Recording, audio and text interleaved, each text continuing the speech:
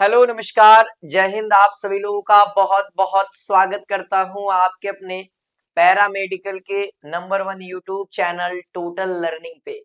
तो कैसे हैं आप लोग?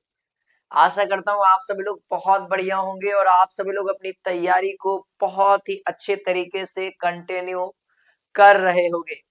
तो आज के इस शानदार क्लास के अंदर बाबू हम लोग साइंस का, है ना, बार बार जो एग्जाम्स में अक्सर पूछे जाते हैं वैसे टॉप 30 क्वेश्चंस को करने जा रहे हैं।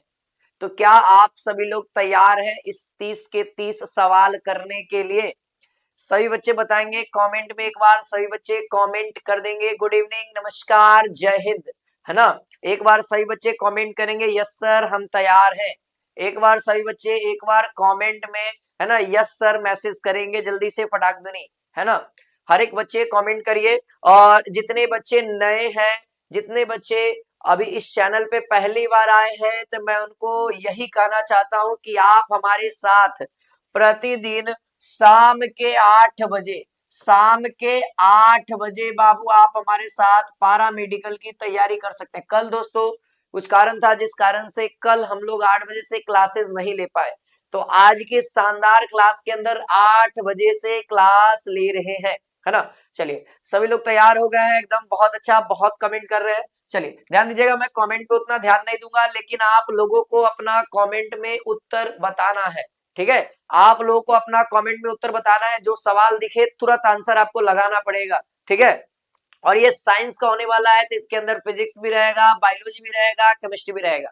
और ये वैसे सवाल है जो एग्जाम में बार बार पूछे गए हैं, है ना। तो चलिए देखते हैं आप लोग कितना सही कर पाते हैं, है ना। इस सेशन को लाने का मकसद यही है कि आप इस सवाल को देखो कि आपके एग्जाम में सवाल आता कैसा है। अगर आप उस इस सिचुएशन में, आप अगर उस एग्जाम में बैठते तो आप स्कोर कर पाते, आपसे सवाल बन पाते कि नहीं बन पाते? अभी आप लोग का दूध का दूध और पानी का पानी हो जाएगा, ठीक है। और जितने बच्चे नए हैं और जो लोग तैयारी करने की सोच रहे हैं, उनके लिए दोस्तों आपको पता है कि हमारी टोटल लर्निंग की तरफ से त्रिशूल बैच चल रहा है, जहां पे आपको एक बेहतरीन, एक सटीक, एक सिलेक्शन वाली तैयारी मिलेगी, ठीक है। और जिस त्रिशूल बैच के अंदर प्रॉपर लाइव क्लास होता है, रिकॉर्डेड क्लास आपको प्रोवाइड कराया जाता है, चैप्टर वाइज क्वेश्चंस कराए जाते हैं, चैप्टर वाइज नोट्स प्रोवाइड किया जाता है, टेस्ट होता है, टेस्ट सीरीज होगा लास्ट के दिनों में, है ना। जब आपका एग्जामिनेशन का एडमिट कार्ड आ जाएगा तब उस दिनों में, है ना, 10 या 11 या 12 को फुल टेस्ट होता है इसी प्राइस में,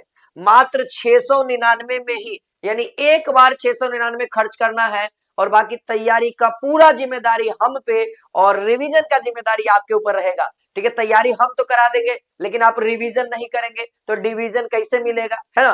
तो रिवीजन करते रहिएगा, जैसे अभी पता लगेगा। चलिए, और अगर कोई दिक्कत आता है तो ये देखिए 7372039013 पे आप कॉल करके इंफॉर्मेशन ले सकते हैं, है ना। व्हाट्सएप और कॉलिंग नंबर दोनों ही सेम है। चलिए अब मुझे आप पहला सवाल का उत्तर देंगे।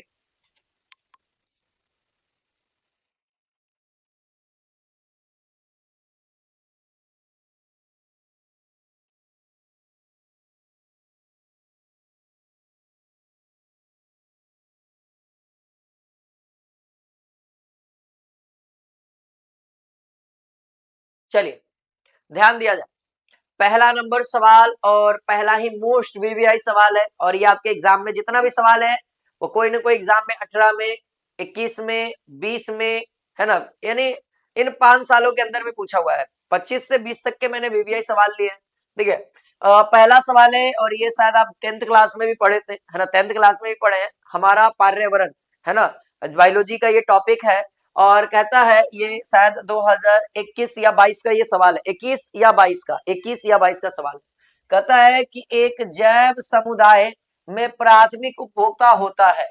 ऑप्शन ए है मांसाहारी, ऑप्शन बी है अपघटक, ऑप्शन सी है सर्वाहारी, ऑप्शन डी है शाकाहारी। तो ध्यान देंगे बाबू, यहाँ पे प्राथमिक उपभोक्ता की बात कर रहा है, तो प्राथमिक उपभोक्ता में शाकाहारी आ जाएंगे। जितने भी शाकाहारी जीव होते हैं, और इनमें सबसे इंपॉर्टेंट जो जीव है वो है हमारे पेड़ पौधे, जो खाना खुद बनाते हैं, है ना। खाना बनाने में उनको क्लोरोफिल, है ना, सूर्य का प्रकाश, वायु से कार्बन डाइऑक्साइड, है ना, और जल एवं जड़ से जल एवं खनिज लवण का उपयोग करके वो लोग ग्लूकोज का निर्माण करते हैं और साथ ही साथ है ना ऑक्सीजन का भी निर्माण करते हैं, जिसको हम लोग प्राण वायु कहते हैं और हम लोग ग्रहण करते हैं, है ना। तो ये बाबू है ना प्राथमिक उपभोक्ता के अंदर सबसे बढ़िया उदाहरण हमारा पेड़ पौधा हो जाएगा। अच्छा, बात रही मांसाहारी सर्वाहारी, तो इन दोनों को आप लोग द्वितीयक उपभोक्ता में रख सकते हैं। द्वितीयक उपभोक्ता में आप इसको रख सकते हैं, द्वितीयक उपभोक्ता में आप लोग इसको रख सकते हैं। यानी द्वितीयक उपभोक्ता किसको कहेंगे बाबू, तो जो प्राथमिक उपभोक्ता का है ना भोजन के रूप में ग्रहण करता है। जैसे पेड़ पौधे हम लोग क्या करते हैं, हम लोग भी खाते हैं, है ना, मांस भी खाते हैं। तो ये जो सर्वाहारी का मतलब क्या है, शाकाहारी भी मांसाहारी भी, शाकाहारी भी मांसाहारी भी, है ना। तो परिभाषा के आधार पर याद रखिए कि शाकाहारी वैसे नहीं, आपको ऐसे याद रखना है कि जैव समुदाय में जो प्राथमिक उपभोक्ता का ग्रहण करता है उसको हम लोग द्वितीय उपभोक्ता कहते हैं। द्वितीय उपभोक्ता मांसाहारी भी होगा, सर्वाहारी भी होगा। अच्छा, एक आता है तृतीय उपभोक्ता। तो तृतीय उपभोक्ता में जो द्वितीयक का ग्रहण करता है, जैसे जैसे है ना, जैसे हमारा मांसाहारी बड़े बड़े मांसाहारी जैसे में शेर हमारा क्या होगा, ये तृतीय उपभोक्ता के अंदर आएगा। बाघ ये किसके आएगा, तृतीय उपभोक्ता के अंदर आएगा। किसमें आएगा, तृतीय उपभोक्ता में आएगा। ध्रुवीय भालू ये सब केवल और केवल मांसे खाता है ना, केवल और केवल मांस खाता है। और मांस किसमें आएगा, द्वितीयक में। जीव जंतु आएगा ना, जैसे मेढक क्या है, मेढक एक प्रकार का द्वितीय उपभोक्ता है। द्वितीय क्योंकि मक्खी मच्छर खाता है, मक्खी मच्छर क्या खाता है, शाकाहारी चीज है ना, थोड़ा ना मीट मुर्गा खाता है, वो थोड़ा ना किसी को मांस खाता है ना, वो सारा भालू। तो ये ऐसे उदाहरण है जो प्योर रूप से मांसाहारी है ना। चलिए आगे बात करते हैं। कुत्ता ये हमारा सर्वाहारी होगा और ये द्वितीयक श्रेणी में आएगा, द्वितीयक उपभोक्ता में आएगा। आइए जरा दूसरा नंबर, और ये भी पैरामेडिकल के एग्जाम में सवाल आया हुआ है, और ये सवाल जो है ये आपका 2023 के एग्जाम में पूछा था, 2023 के एग्जाम में पूछा था, और ये 10वीं क्लास से है ना, ये रसायन विज्ञान का है, और ये 10th क्लास में आप पढ़े हैं, है ना, 10th क्लास में आप बड़े भली भांति पढ़े होंगे।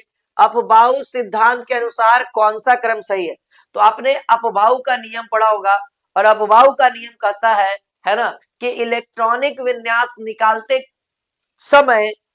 समय जितने भी उप सेल या उप कोष होते हैं उनको भरा जाता है ना। तो मैंने इसको याद करने का है ना, मैं अक्सर ट्रिक बताता हूं, क्या होता है देखो, school school public school public school, दो बार बोलना है हम लोग को हर एक चीज दो बार बोलना है। जैसे मैंने बोला school school public school public school, और उसके बाद क्या आएगा, दिल्ली पब्लिक स्कूल, है ना, दिल्ली पब्लिक स्कूल, फंटास्टिक, है ना, fantastic Delhi public school, fantastic Delhi public, बस इतना ही तक है, इसके आगे नहीं जाना है।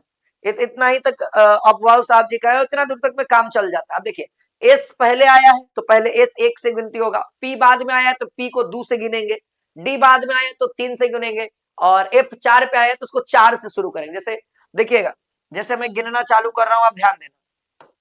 जैसे देखिएगा, ये 1 होगा तो ये 2 होगा, 3 होगा, 4 होगा, इसके बाद 5 होगा, इसके बाद 6 होगा, इसके बाद 7 होगा, आगे तो है नहीं। अच्छा, दूसरा नंबर कौन है, पी। पी कितना से शुरू होगा, 2 से शुरू होगा, 2 3 4 5 6 और यहाँ पे 7। फिर उसके बाद कौन आया, डी। डी कितना शुरू होगा, 3 से, 3 4 4 4 5 5 6। फिर उसके बाद एफ कितना से शुरू होगा, 4 से, 4 और ये 5। अब ये सबका सब क्या है, ये अपने आप में बड़ी ऊर्जा को रखता है ना, ये अपने आप में क्या है, बड़ी ऊर्जा को रखता है, यानी अपने आप में ये सब क्या है, बड़ी ऊर्जा, मतलब उससे ज्यादा ऊर्जा उसके अंदर है, अगले वाले के अंदर, ठीक है ना, एक दूसरे के अंदर मुंह खुला हुआ रहता है। अब ये देखिए, अब कौन सा क्रम आपको बीच में दिया है, देखिए यहां से देख रहे हैं, एक के बाद दो दो दो, जब भी होगा देखो क्रम देखो, एक है, एक के बाद दो, लगले दो है, लगले दो भी है, है ना। उसके बाद 3 है तो लगले 3 है, 4 है तो लगले 4 होगा, लेकिन ध्यान देंगे किसका कौन सा है। देखिए S5 है, S5 देखिए तो कहीं है S5, तो S5 के बाद ज्यादा पावर वाला कौन है, 3D है और 4P है, तो 4P तो है, 3D गायब किया कोई बात नहीं। फिर 4P से ज्यादा कौन सा पावर वाला है, 4D, तो 4P से ज्यादा कौन सा पावर वाला है, 4D, सही चल रहा है ना, सही चल रहा है। अच्छा 4D से हाई पावर वाला कौन सा है, 5D, 5P, तो ये भी सही चल रहा है ना। तो हमको तो लग रहा है कि यही सही है, हमको तो लग रहा है कि यही सही है, लेकिन एक बार मिला लेंगे फिर से बढ़िया से। ये 3D गायब कर दिया है ना, 3D लगता है कि गायब कर दिया है ना, एक बार बढ़िया से मिलाना पड़ेगा, रुक जाओ, फिर से है ना। देखो देखो आ जाओ, आ जाओ फिर से। पहले तो ये देखो बी नंबर देखो, 2s 1s, 1 के बाद 2 आता है ना, कि 2 के बाद 1 आता है, 1 के बाद ना 2 आएगा। देखो किस साइड मुंह खुला है, 2 के साइड मुंह खुला है, जबकि क्या है 1 के साइड मुंह खुला है, तो ये तो गलत हो गया। अच्छा यह देखेंगे 3p 3s, देखेंगे 3p 3s, 3p 3s, ध्यान देंगे 3p 3s, यानी अगर इन दोनों के बीच में देखेंगे तो 3p के साइड मुंह खुला हुआ है, ठीक है, यहाँ पे 3p के साइड मुंह खुला है, नहीं 3p के साइड मुंह बंद है, 3s के साइड मुंह खुला है, जो कि गलत है। अच्छा रही बात है आगे 5s, 5s कहाँ है भाई, 5s यहाँ है, ध्यान देना 5s यहाँ पे है, और उसके बाद क्या 4p है, 4p यहाँ है, तो देखिए 5s के साइड मुंह खुला है, जबकि 4p के साइड मुंह खोल दिया ये, सो ये भी गलत है, सो ये भी गलत है ना। हमको किस साइड होना चाहिए, ये पलट देता ना तो काम बन जाता, 4p के साइड मुंह बंद है और 5s के साइड मुंह खुला है, जबकि 4s के साइड मुंह बंद है और 4p के साइड मुंह खुला, तो गलत। अच्छा इसको देखते हैं 4p, 4p, 4p के बाद बड़ा कौन होगा 5s, 5s बड़ा है, एकदम सही है। फिर उसके बाद कौन बड़ा होगा 4d, 4d सही है, 5p उसके बाद 5p, यानी यहां से ये आपको डायरेक्टली सीरीज दे दिया है, आप देखिएगा तो मैच कर रहा होगा ऑप्शन नंबर डी, यही सीरीज है और यही अपवाओ का सिद्धांत है, और यही अपवाओ का सिद्धांत है। तो प्रॉपर ये सवाल क्लियर है, तो जो बच्चे डी बता रहे हैं उनका एकदम सही जा रहा है भाई, डी वाले बच्चे एकदम, है ना, थम्स अप देते रहिए, कमेंट करते रहिए, वीडियो शेयर करते रहिए, ठीक है। कमेंट में मैं ज्यादा नहीं ध्यान दूंगा, बस आप लोगों को मैं मनोबल बढ़ाता रहूंगा, आप लोग कमेंट करते रहना केवल, ठीक है। चलो अगला सवाल देखा जाए। तीसरा नंबर सवाल आप सभी के बीच में है, कहता है कि श्वान केंद्र कितने प्रकार के होते हैं, बता सकते हैं। देखिए श्वसन केंद्र क्या है, श्वसन केंद्र कितने प्रकार के होते हैं, 6, 3, 4, 2। देखो ये श्वसन केंद्र की बात कही जा रही है ना, श्वसन के कितने प्रकार नहीं। अक्सर बच्चे क्या थे ना, ये एग्जाम में आया हुआ था 2023 के एग्जाम में, है ना, 2023 के एग्जाम में ये सवाल आया हुआ था, तो बच्चे क्या कर दिए थे, 2 मार दिए थे, वो पढ़े श्वसन कितने प्रकार के, डायरेक्टली वो पढ़ दिए श्वसन कितने प्रकार, 2 मार दिए, जो कि गलत है। श्वसन भले ही 2 प्रकार के होते हैं ना, श्वसन की अगर प्रकार की बात करेंगे तो श्वसन 2 प्रकार के, एक वायवीय, वायवीय जिसको ऑक्सी श्वसन कहते हैं, एक अवायवीय जिसको अनॉक्सी श्वसन कहते हैं, अवायवीय जिसको अनॉक्सी श्वसन कहते हैं। क्लियर है बात, अगर ये कहे तब तो कोई दिक्कत ना है ना, अगर हमसे ये पूछता था तो कोई दिक्कत नहीं, लेकिन यहाँ पूछ रहा है श्वसन केंद्र, क्या पूछ रहा है, श्वसन केंद्र, तो बताइए मुझे, इसके बारे में मत सोचिएगा, इसलिए हम पहले लिख दे रहे हैं।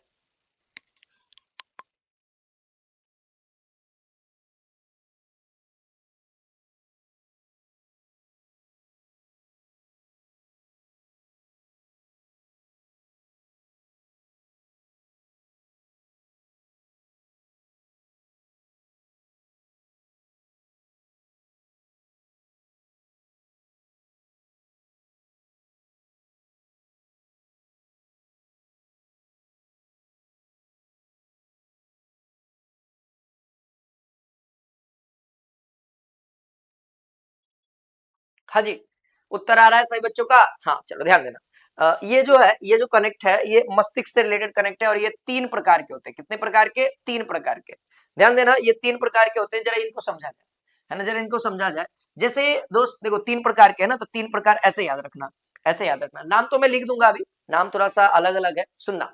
देखो 3 प्रकार के होते हैं, पहला, जब हम लोग सांस लेते हैं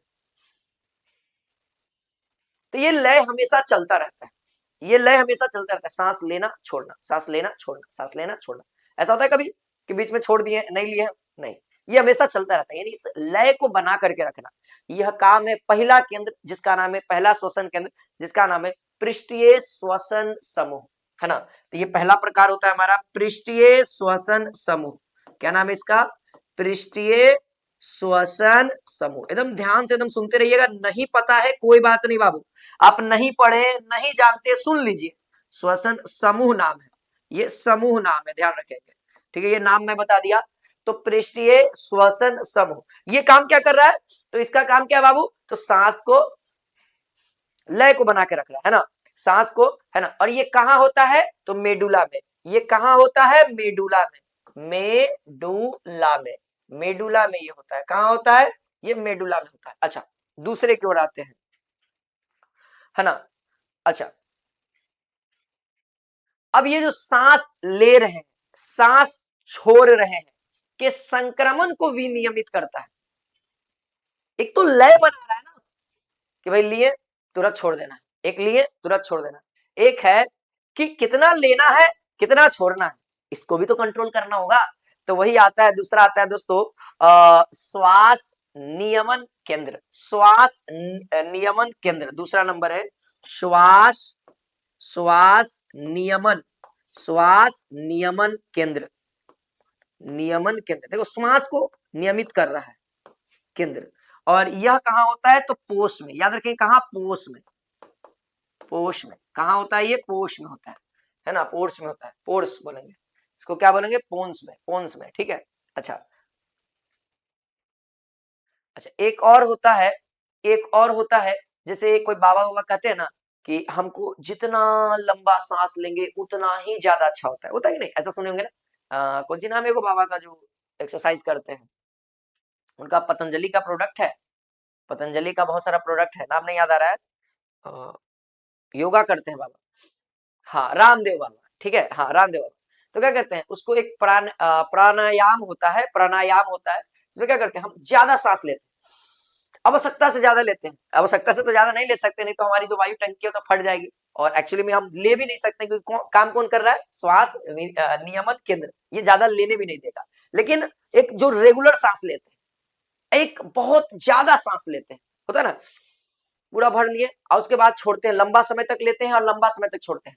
तो ये जो दीर्घकालीन श्वास ले रहे हैं, यह कौन कंट्रोल कर रहा है? तो यह कंट्रोल कर रहा है प्रश्वास दीर्घी केंद्र, है ना, प्रश्वास दीर्घी केंद्र। तो तीसरा केंद्र का नाम क्या याद रखेंगे? प्रश्वास, प्रश्वास दीर्घी केंद्र, है ना, दीर्घी केंद्र, दीर्घी केंद्र, दीर्घी केंद्र, ठीक है। ये प्रॉपर आपको ध्यान रखना है, ये प्रॉपर आपको ध्यान रखना है। ये भी कहां पाया जाता है? तो ये भी आपका पोन्स में पाया जाता है। कहां पाया जाता है? पोन्स में पाया जाता है। ये सब के सब बाबू मस्तिष्क से रिलेटेड, क्योंकि ये सब काम क्या कर रहा है? कंट्रोल करने का काम कर रहा है। ये सब क्या है? कंट्रोल, और कंट्रोल कौन करता है? मस्तिष्क करता है। तो ये प्रॉपर देखा जाए तो मस्तिष्क का ही हिस्सा एक तरीके से है ना, भले ही श्वास पे कंट्रोल कर रहा है, इसीलिए श्वसन में आ गया, है कि नहीं? बात क्लियर है कि नहीं? है ना, इतना पॉइंट आपको क्लियर होना चाहिए। चलिए आगे बढ़ते हैं। आगे है, ये भी सवाल आपके एग्जाम में पूछा हुआ है और बड़ा इंपॉर्टेंट भूमिका निभाता है ना, बायोलॉजी। चौथा नंबर सवाल है, यूरिया जो है NH3 से कितना गुना कम हानिकारक है? यूरिया NH3 से कितना गुना कम है? यानी NH3 बहुत ज्यादा हानिकारक होता है, इसको कहते हैं। यूरिया और अमोनिया अंतर है, यूरिया अलग चीज है, अमोनिया अलग चीज है। अच्छा, आपको मैं बताऊं, ये अमोनिया कहते हैं इसको, अमोनिया ज्यादा जहरीली होती है, याद रखना, यूरिया से ज्यादा अमोनिया होता है। क्यों पूछो? देखते होंगे आप लोग को डॉक्टर सलाह देते हैं कि पेशाब नहीं रोकना चाहिए, है ना, पेशाब नहीं रोकना चाहिए। एक्चुअली में क्या पेशाब में क्या पाया जाता है? यूरिक अम्ल, जिसको हम लोग यूरिया भी कहते हैं, यूरिया पाया जाता है ना हमारे शरीर में, है कि नहीं? और यही कुछ देर हमारे शरीर में रहता है तो यह बदल जाता है अमोनिया में। अच्छा, कभी आप देखते होंगे जहां पे बहुत सारा लोग कहते हैं ना कि पेशाब करना मना है, लिखा हुआ रहता है दीवार पे, और ये बड़ी महकता है सबसे ज्यादा। एक्चुअली में क्यों होता है? क्योंकि वहां पे लोग पेशाब क्यों रखते हैं? तो पेशाब आखिरकार महकता क्यों है? क्योंकि पेशाब में है यूरिया, यूरिक अम्ल, ये सब कंपाउंड, और यही क्या हो जाते हैं? बदल जाते हैं किसमें? अमोनिया में। और वही गंध जो है, तीखी सी गंध, वही अमोनिया होता है। और अमोनिया का गंध सबसे तीखा होता है, याद रखिए, सबसे तीखा अमोनिया गंध होता है। आप नहीं रह सकते वहां पे, बर्दाश्त नहीं होगा, आंख भी जलन होने लगेगा उस जगह पे, उस जगह पे आंख में भी जलन होता है। अब ये बताना है कि कितना जहरीली है।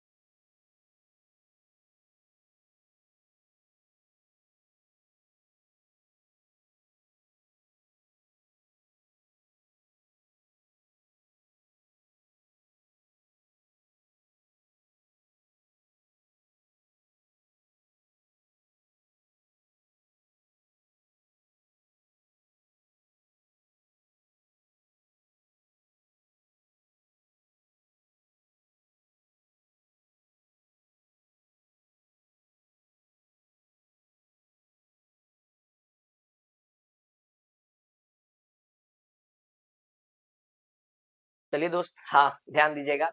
चलिए हाँ ध्यान रखना, यही जो है ना, यही यूरिया क्या हो जाता है, बदल जाता है और हमारे शरीर में ही पाया जाता है। जैसे हमारे शरीर से देखते हैं महकता है बहुत गंदा, तो वही चीज है, वो बहुत सारे कारण के कारण वो अमोनिया बदल जाता है।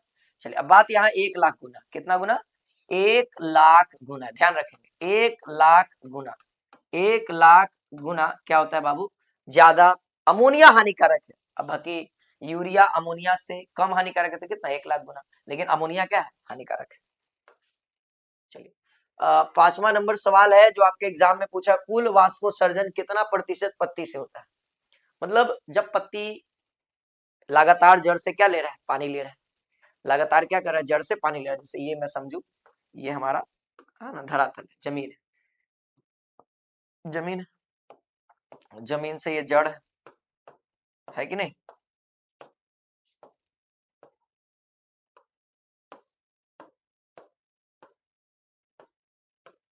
ये हमारे सामने जड़, और ये पेड़ है, और यही यहीं से आता है एक पत्ती, है ना, ये एक पत्ती है, और ये पत्ती है ना, मान लिया जाए ये पत्ती है ना, ये पत्ती। अब ये पत्ती क्या करता है? लगातार ये जड़ तो ऊपर जाइलम की मदद से ऊपर की ओर जाते रहता है। कौन जाता है? पत्ती के पास जाता है। कहाँ जाता है? पत्ती के पास, क्योंकि किचन का वही है। अब क्या होता है? क्या होता है? हमेशा इसको ये जल हमेशा ऊपर की ओर खींचते रहता है, ठीक है, हमेशा ऊपर की ओर खींचते रहता है, खींचते रहता है, खींचते रहता है। अब क्या होता है? इसको जितना जरूरत है, पत्ती खाना बना लिया, बाकी जहां हिस्सा चाहिए वहां पे चला गया। अच्छा याद रखिएगा, वाष्पोत्सर्जन के कारण ही पेड़ पौधा हरा भरा भी रहता है। पेड़ पौधा हरा भरा रहता है क्योंकि लगातार पानी क्या होता है? खिंचाता रहता है, और लगातार शरीर के सभी अंगों तक जाता रहता है ना। ये जरूरी नहीं कि केवल, है ना, पत्ती से ही होता है, ये केवल पत्तियों से नहीं होता है। अब बहुत सारे अंगों से होता है, तना से भी होता है। कभी कोई भी पेड़ पौधा देखिएगा तो तना से पानी निकलता है ना। तो एक्चुअली में सबसे ज्यादा मात्रा में 90%, यानी लगभग लगभग 80 से 90%, 80 से 90% जो होता है, जल का निष्कासन, जल का निष्कासन, निष्कासन, निष्कासन जो है, निष्कासन जो है 80 से 90% जल का निष्कासन क्या होगा? पत्ती से होता है। किससे? पत्ती से होता है, जल से, है ना। ये बात आपको ध्यान में रखनी पड़ेगी, ये बात इतना ध्यान में रखनी पड़ेगी, ठीक है। बात क्लियर है? इतना इतना बात क्लियर होना चाहिए आप लोगों को। चलिए, तो 90%, बाकी तना से, है ना, कहीं शाखा से, मतलब अलग अलग जगह से निकलता रहता है, ठीक है। अच्छा एक बात बताना, अच्छा जब इतना आ ही गए हैं, तो जाइलम का कार्य क्या है? ध्यान रखेंगे। एक दो संवहनी उत्तक होता है ना, संवहन उत्तक, है ना, संवहन उत्तक, संवहन उत्तक। संवहन उत्तक कितने प्रकार के होते हैं? पेड़ पौधे में दो होते हैं। पहला पहला होता है एक जाइलम, जाइलम, जाइलम उत्तक कहते हैं, जाइलम टिश्यू। और दूसरा दूसरा फ्लोएम टिश्यू, फ्लोएम उत्तक, फ्लोएम, फ्लोएम उत्तक, है ना। टिश्यू यानी उत्तक बोलते हैं, है ना, ये उत्तक है, टिश्यू है ना, जाइलम। तो देखो जाइलम का काम क्या है? तो जाइलम का यहाँ से मेनली रूप से काम क्या है, याद रखना। अक्सर आ जाएगा जल तथा घुलित खनिज लवण, ध्यान रखना, घुलित, घुलित खनिज लवण, घुलित घुलित खनिज लवण, घुलित खनिज लवण को ले जाता है। अच्छा फ्लोएम क्या करता है, तो फ्लोएम पत्ती से, है ना, पत्ती से क्या करता है, खाना बनाता है ना, पत्ती से जो भी खाना आया, है ना, यानी ग्लूकोज का, ग्लूकोज, है ना, ग्लूकोज का परिवहन करता है प्रत्येक जगह पे, परिवहन करता है क्या, प्रत्येक जगह पे, है ना, प्रत्येक जगह पे उसको क्या करता है, परिवहन करता है ना, सब जगह। अच्छा याद रखना, जाइलम जो है केवल एक दिशा में चलता है, यानी जड़ से पत्ती की ओर, बस उसका वही काम है, जड़ से पत्ती की ओर, ये नहीं कि पत्ती से जड़ की ओर आ जाएगा, नहीं, एक ही रास्ता है, एक ही रास्ता है, बस नीचे से ऊपर जाएगा, यानी ये एक दिशीय गति करता है, एक दिशीय गति, एक दिशीय गति करता है, यानी एक ही दिशा में। जबकि फ्लोएम जहां तक, क्योंकि खाना बांटना है तो खाना हर एक अंग में चाहिए, तो कभी ऊपर गया तो कभी नीचे आएगा, कभी दाएं जाएगा, मतलब इसीलिए इसको हम कहते हैं फ्लोएम जो है द्विदिशीय गति करता है, फ्लोएम द्विदिशीय गति करता है, ये सब जानकारी आपको मालूम होनी चाहिए, ठीक है। अच्छा याद रखना, मैंने बताया वाष्पोसर्जन के कारण ही पेड़ पौधा हरे भरे भी होते हैं, और लगातार पानी का बहाव जारी रहता है वाष्पोसर्जन के कारण ही, वाष्पोसर्जन बहुत महत्वपूर्ण क्रिया है ना, है ना। चलिए आगे बढ़ते हैं, अगला सवाल देखा जाए। अगला सवाल हमारे सामने फिजिक्स का है, और हमारे सामने कह रहा है, छठा नंबर सवाल, आप मुझे उत्तर बताएंगे, एक संधारित्र में संचित ऊर्जा का मान होता है। आप लोग पढ़े ना, आप लोग पढ़े होंगे, जल्दी से बताइए। ये शायद 12th का टॉपिक है, ये 10th में नहीं पढ़ना, ये 12th का है। हाँ फिजिक्स का ये सवाल जो ये 12th का है ना, 12th में इलेक्ट्रोस्टैटिक्स चैप्टर का, 12th में कौन सा चैप्टर है, स्थिर वैद्युतिकी का ये सवाल है, और ये एग्जाम में आया हुआ है, स्थिर वैद्युतिकी, स्थिर वैद्युतिकी, और ये 2023 के पेपर में आया है सवाल, ये 2023 के पेपर में है, ये अभी जितना भी पीछे करा है सब 23 का नहीं है, ये 22 में आया हुआ, 22 में नहीं, ये 24 में आया हुआ था, ये कौन सा एग्जाम में था, ये शायद 24 में आया हुआ था, ये 24 के पेपर में था, है ना, और ये 23 के पेपर में था, है ना, ये 23 के पेपर में था, केमिस्ट्री के सवाल है, ठीक है। इसको बताइए फिजिक्स का, ध्यान देना बाबू, अगर आप लोग पढ़े होंगे और नहीं भी पढ़े हैं तो मैं बता देता हूँ, संचित ऊर्जा का जो फॉर्मूला होता है, जिसको यू से डिनोट करते हैं, ऊर्जा है इसीलिए यू, एनर्जी क्या होगा, half half C V square, general जो फॉर्मूला है वो ये है, इसी से क्रिएट होता है u बराबर half half q into V, जो आपके विकल्प में आप देख पा रहे होंगे कौन सा ऑप्शन है। एक और होता है, एक और होता है u बराबर हाफ हाफ, है ना, ध्यान रखेंगे,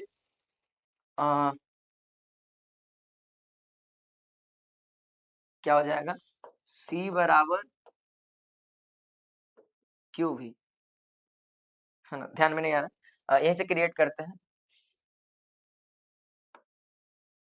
देखो, ठीक है, जितना आवेश देंगे उतना विभव बढ़ेगा, तो C बराबर तो Q बाई भी, तो यहाँ से एक तो Q भी हो गया, ठीक है, कोई बात नहीं। हाँ देखिएगा, अच्छा V बराबर क्या बोल देंगे, अच्छा यहाँ से बताना V बराबर क्या हो जाएगा, देखो V बराबर क्या, Q बटा में C बोल सकते हैं। अच्छा एक और लगे हाथ बता दो, अगर मैं बोलूँ C बराबर कितना हो जाएगा, तो Q अपॉन V, यही ना, देखो ये मेन फॉर्मूला है, मेन फॉर्मूला कौन सा है बाबू, मैं फिर से बोल रहा हूँ, मेन फॉर्मूला हमारा ये है, ऐसे क्या बड़ा भाई, मेन फॉर्मूला हमारा ये, मेन फॉर्मूला हमारा ये है। अब इसी में हम क्या कर रहे हैं, बार बार वैल्यू को रख रहे हैं, वैल्यू क्या रख रहे हैं, देखो ये होता है संधारित्र का फॉर्मूला, ये होता है संधारित्र का फॉर्मूला, है ना, किसी भी चीज के संधारित्र होता क्या है, तो कोई ऐसा, जैसे संधारित्र आप लोगों को मैं बता रहा हूँ, पंखा देखे, पंखा, पंखा देखे, पंखा, तो पंखा के अंदर एक बैटरी लगा होता है, जिसको हम लोग अक्सर गांव देहात में कहें जाता है, अरे बैटरिया खराब हो गया, पंखा जब धीरे धीरे नसता है ना, तो लोग बोलता है बैटरिया खराब हो गया तो बैटरिया ठीक करवाओ, बैटरिया चेंज करवा दे तो तेज चले लगता हो। बैटरी भी दो तरह का होता है, मैं बता दूं, अगर आपको तेज चाहिए तो 3.1, जब आप पढ़ते हैं ना तो मैं वहां पे बताता हूँ, 3.15 माइक्रोफेराड का, माइक्रोफेराड का एक बैटरी आएगा, जिसको हम लोग संधारित्र कहते हैं, कंडेंसर कहते हैं इसको अंग्रेजी में, है ना, कंडेंसर या कैपेसिटर भी कहते हैं। एक आता है 2.14 का, अगर आपका पंखा कम तेज चले, मतलब नॉर्मल ठीक ठाक स्पीड चले, लंबा पंखा चलाना है, तो आप इतना का कैपेसिटर, इतना का कैपेसिटर का इस्तेमाल करिए, ठीक ठाक के लिए, है ना, ठीक ठाक स्पीड मिलेगा, लंबा चलेगा, ठीक ठाक, है ना, ठीक ठाक, है ना, ठीक ठाक, सॉरी सॉरी, ठीक ठाक लिखना है, ठीक ठाक, ठीक ठाक चलेगा, ठीक है। अच्छा तेज चलाना है, तेज के लिए 3.15 का माइक्रोफेराड, इसको क्या करते हैं, माइक्रोफेराड कहते हैं। आप फिजिक्स का पहला चैप्टर पढ़ेंगे तो मैं बता, माइक्रो, आईएफ का मतलब फेराड होता है, फेराड किसका मात्रक है, तो वो कैपेसिटर का मात्रक है ना, कैपेसिटर का। तो ये बातें हैं, लेकिन पंखा जल्दी खराब भी हो जाएगा, ये जो कॉइल को जला देगा, कॉइल को जला देगा क्योंकि तेज चलेगा, तो ज्यादा करंट का सप्लाई करेगा, ज्यादा करंट का सप्लाई करेगा तो ज्यादा मैग्नेट बनाएगा और ज्यादा घूमेगा तेज, और कुछ समय के बाद कॉइल जलने का चांस रहेगा। चलिए 2.14 का या 2.15 होता है लगता है उसको, 2.25 होता है, 2.25 होता है सर, हाँ 2 कुछ होगा, हमको ध्यान में नहीं आ रहा थोड़ा सा, लेकिन 3.15 का होता है, उसको मत यूज करना, ठीक है, मैं बता दे रहा। अच्छा, ये तो आउटी जानकारी होगी, मैं यहाँ पे बता रहा था। अच्छा देखो यहाँ पे जैसे ही हम यहाँ पे देखिएगा, जैसे ही हम यहाँ पे एक एक करके वैल्यू रखेंगे, पहला वैल्यू हम सी का रखते हैं, सी का वैल्यू जैसे ही रखते हैं तो सी कितना हो जाए, सी के जगह पे क्यू बाई वी, और ये वी स्क्वायर है, ठीक है, वी से वी खत्म हो गया, क्या बचेगा, यहाँ से क्यू बचा और यहाँ से एगो वी खत्म है, देखो दूसरा का फॉर्मूला आ गया। अच्छा तीसरा का फॉर्मूला में अभी हम क्या रखे थे, सी का वैल्यू रखे थे, अब हम क्या करेंगे, सी का वैल्यू नहीं रखेंगे, हम वी का वैल्यू कितना रखेंगे, तो वी स्क्वायर है मतलब क्यू बटा, भी के जगह पे क्या होगा, क्यू बटा में सॉरी, भी के जगह पे क्यू बटा में सी, क्या रखेंगे, क्यू बटा में सी है, लेकिन ये स्क्वायर रहेगा, तो देखिएगा तो क्या हो जाएगा, हाफ सी, टेढ़ी सी कहते हैं इसको, गुने क्यू स्क्वायर, तो यहाँ से यहाँ खत्म, तो क्या हो जाएगा, तो यहाँ से एक नया जो फॉर्मूला बनेगा वो क्या बनेगा, देखना क्या बनेगा, क्यू स्क्वायर बटा में सी, ये तीसरा फॉर्मूला है ना। संचित ऊर्जा का 3 फॉर्मूला होता है, और जिसमें से है ना ये वाला सवाल आपका दूसरा वाला फॉर्मूला, ये जो दूसरा वाला फॉर्मूला है ये आपके एग्जाम में आया हुआ था, और आशा करता हूँ कि आप लोग डी की ओर जा रहे होंगे, अगर आप लोगों ने पढ़ा होगा, ध्यान दिया होगा, तो डी ही आपका करेक्ट उत्तर है, जो बच्चे डी बता रहे हैं एकदम सही बात है। अच्छा एक और बात, लगे हाथ आ ही गए हैं, तो संधारित्र का अगर मुझसे मात्रक कोई पूछेगा, तो जो एसआई मात्रक, हम बात करेंगे कौन सा मात्रक, एसआई मात्रक की, और मात्रक क्या होता है, फैराड होता है, क्या होता है, फैराड होता है, ठीक है, फैराड होता है, फैराड को एफ से सूचित करते हैं। ध्यान रखिएगा, अगर आपसे कहे कि 1 फैराड बराबर क्या होता है ना, 1 फैराड बराबर कितना होता है, तो याद रखिएगा 1 कूलम्ब बटा में 1 वोल्ट, यहाँ लिख देते 1 कूलम्ब बटा में 1 वोल्ट, 1 वोल्ट होता है, 1 वोल्ट होता है, ध्यान रखेंगे, है ना। तो यानी हम कह सकते हैं क्या, संधारित्र बराबर क्या, यहाँ से देख लो, संधारित्र सी, टेढ़ी सी, इसी को संधारित्र कहते हैं, टेढ़ी सी से डिनोट करते हैं, है ना, तो Q बाई V होता है, तो Q मतलब आवेश, आवेश का मात्रक क्या होता है, कूलम, V मतलब विभव, विभव का मात्रक क्या होता है, वोल्ट, तो इस तरीके से हमने यहाँ पे क्रिएट किया है। आगे बढ़ेंगे बाबू, इतने जब डिटेल से पढ़िएगा ना चैप्टर को इलेक्ट्रोस्टैटिक्स, तो वहां पे आपको प्रॉपर क्लियर हो जाएगा, मुझसे इतना तो डाउट मत रखो, ठीक है। चलो अभी जो हो सकता है अभी सीखते जाओ।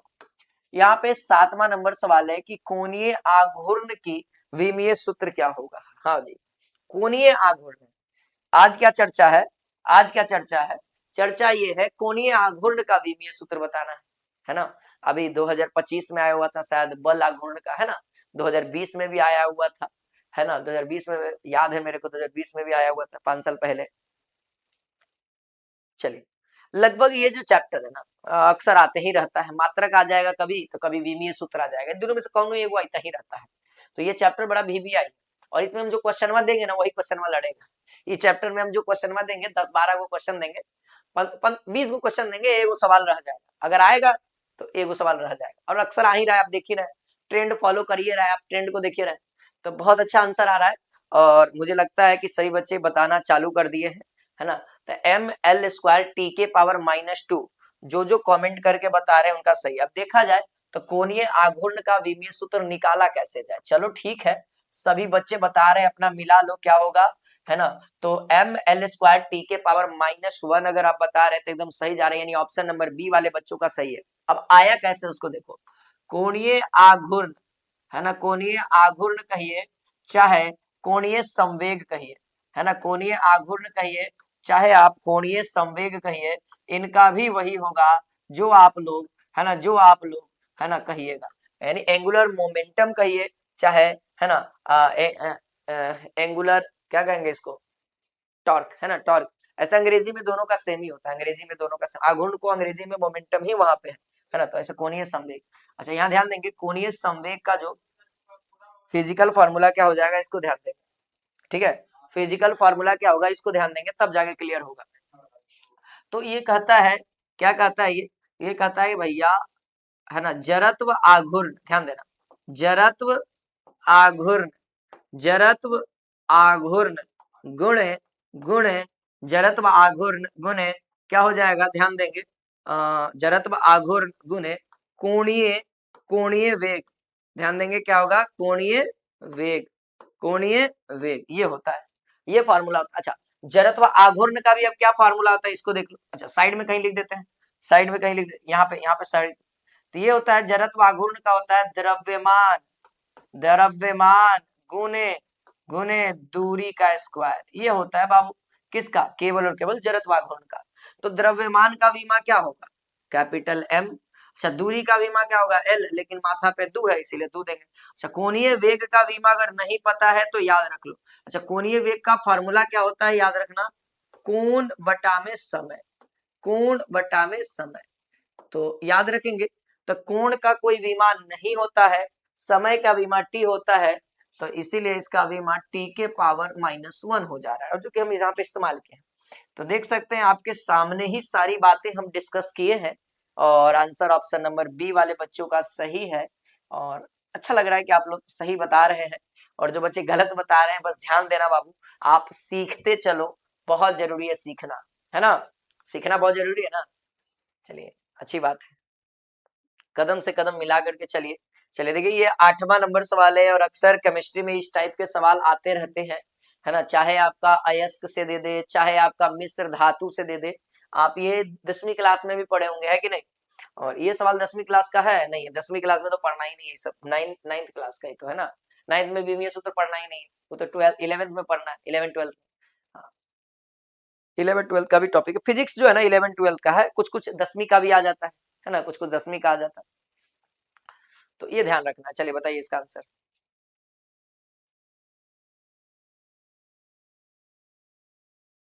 चलिए, उत्तर सही बच्चों का आना स्टार्ट हो गया। ये क्या कह रहा है बाबू, कॉपर कह रहा है ना, कॉप सॉरी ब्रॉन्ज कह रहा है, यानी कांसा, ब्रॉन्ज मतलब कांसा, है ना, ब्रॉन्ज,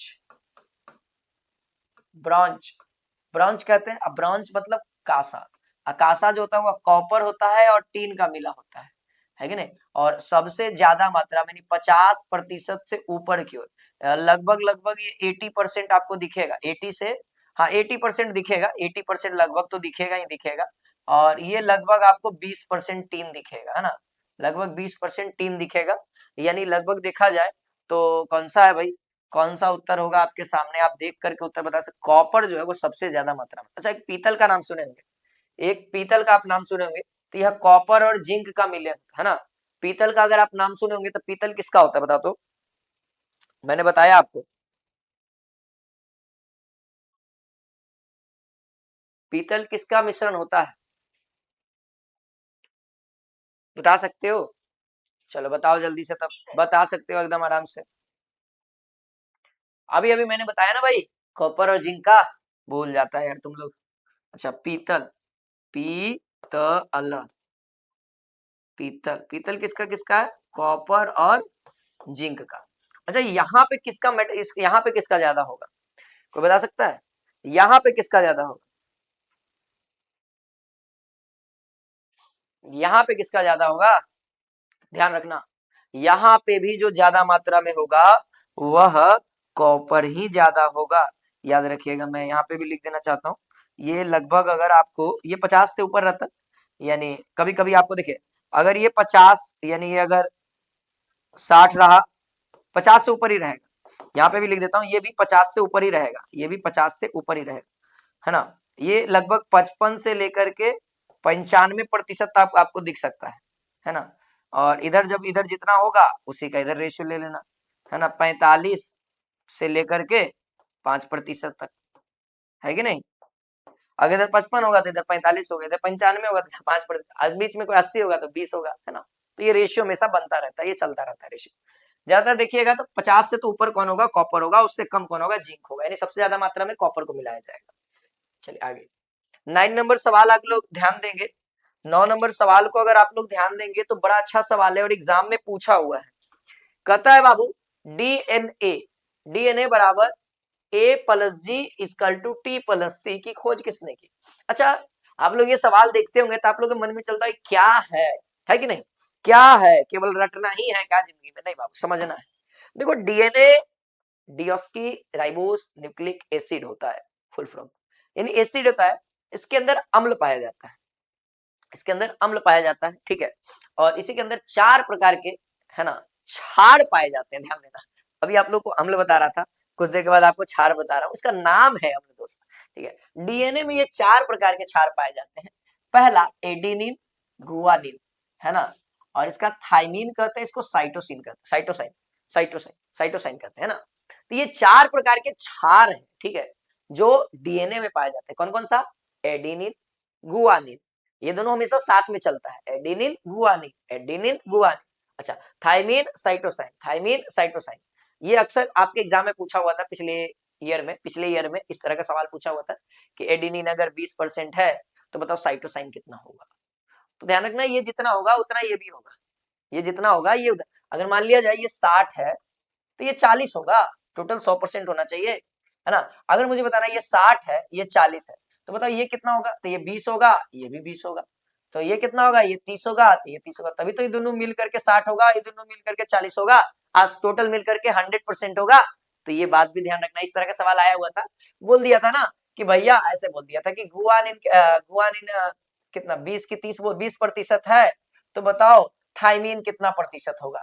थाइमिन कितना प्रतिशत होगा? थाइमिन कितना प्रतिशत? आप ही सोचो बाबू, अगर ये 20% है, अगर ये 20% है, अगर ये 20, तो ये भी कितना होगा? 20%। तो इधर टोटल कितना हो गया? 40%, यानी इधर टोटल कितना होगा? 60%। अच्छा, 60% तो आधा आधा कर दो, तो इधर कितना होगा? 30%, इधर कितना होगा? 30%। तो बताओ थाइमिन कितना हो गया बाबू? 30%। तो आंसर 30 था। तो इस तरीके से भी आपके एग्जाम में सवाल पूछे हुए हैं, ऑलरेडी ऑलरेडी पूछा हुआ है। तो इसके बारे में जो खोज किया था वो चारगाफ ने किया था, है ना, चारगाफ ने किया था। वाटसन एवं क्रिक ने तो डीएनए की खोज की थी ना, वाटसन एवं क्रिक ने तो डीएनए की खोज की, डीएनए के अंदर क्षार की खोज किसने की? तो चारगाफ ने। किसने? चारगाफ ने। आगे बढ़ते हैं बाबू, अगला सवाल है क्वेश्चन नंबर 10, देखिएगा। क्वेश्चन नंबर 10 की ओर बढ़ चुके हम लोग, और अच्छा खासा मैंने समय लिया है आपका, है ना। मोम होता है, मोम क्या होता है? इस सवाल में अक्सर बच्चों का डाउट ही है ना, कि मोम क्या होता है? बताओ मुझे पहले तुम लोग।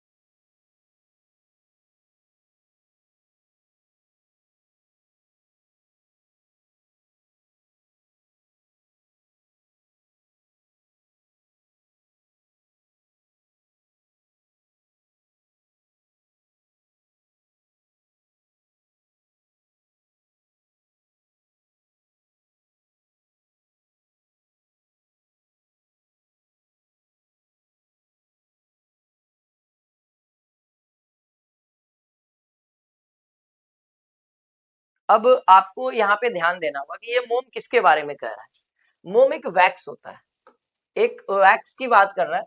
अगर वैक्स कहेगा अंग्रेजी में, अगर वैक्स कहेगा तो हाइड्रोकार्बन होगा, ध्यान देना, हाइड्रोकार्बन होगा।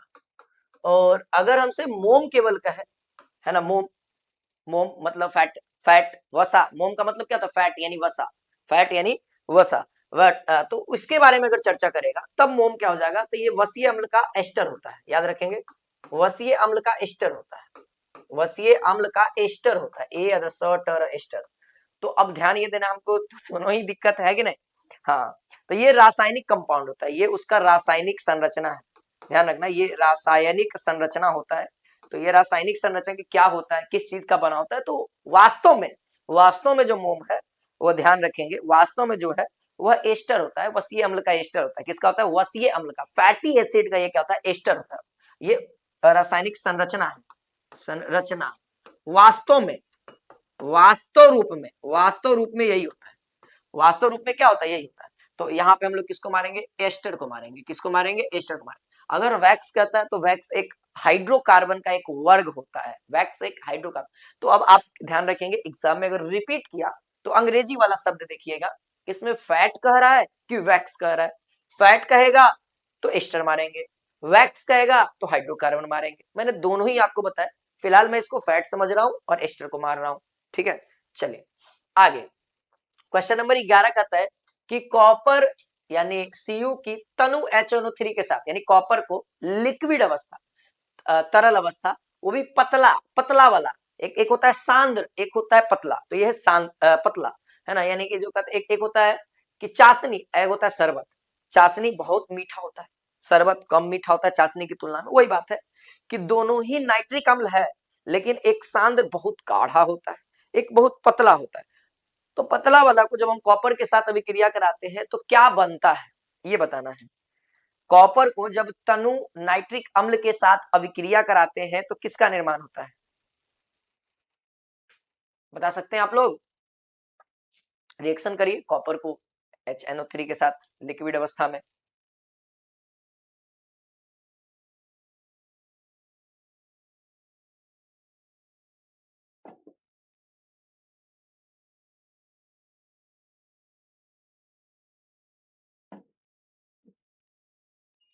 चलिए ध्यान दीजिए, यहाँ पे कॉपर को हमको रिएक्शन करवाना है, ध्यान रखेंगे। Copper plus plus plus HNO3, ये लिक्विड अवस्था में, ध्यान देना, तो L लिख देते डाइल्यूट अवस्था में, और ये रिएक्शन किया तो क्या बनाएगा।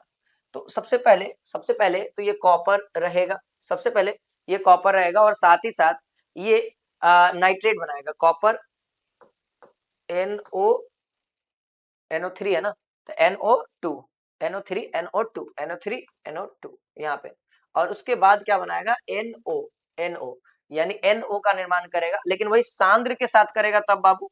ये जब हमारा तनु के साथ कर रहा है तब, है ना, जब हमारा सांद्र के साथ करेगा तब, जब हमारा ये सांद्र के साथ करेगा तब, तो ध्यान रखेंगे जब सांद्र के साथ करेगा तब ये, है ना, जब कॉपर जो है, कॉपर जो है वह सांद्र HNO3 से अभिक्रिया करेगा तब, अभिक्रिया करेगा तब NO2 का निर्माण करेगा। ठीक है, जब कॉपर सांद्र HNO3 के साथ अभिक्रिया करता है तो उत्पाद के रूप में क्या बनाएगा, तो वो बनाएगा NO2 यानी नाइट्रस ऑक्साइड बोल सकते हैं कि नहीं। सांद्र के साथ करेगा तो NO2 बनाएगा, लिक्विड के साथ करेगा तो NO बनाएगा। क्लियर बात, याद रखेंगे, एग्जाम में आ सकता है। अगला है फाइब्रोजन, इसमें मौजूद होता है। फाइब्रोजन एक प्रोटीन है बाबू, प्रोटीन का नाम है फाइब्रोजन। यह कहां पाया जाएगा, फाइब्रोजन कहां पाया जाता है, बता सकते हैं? कहा है, रक्त में, रेशम में, अस्थियां में, पंख में।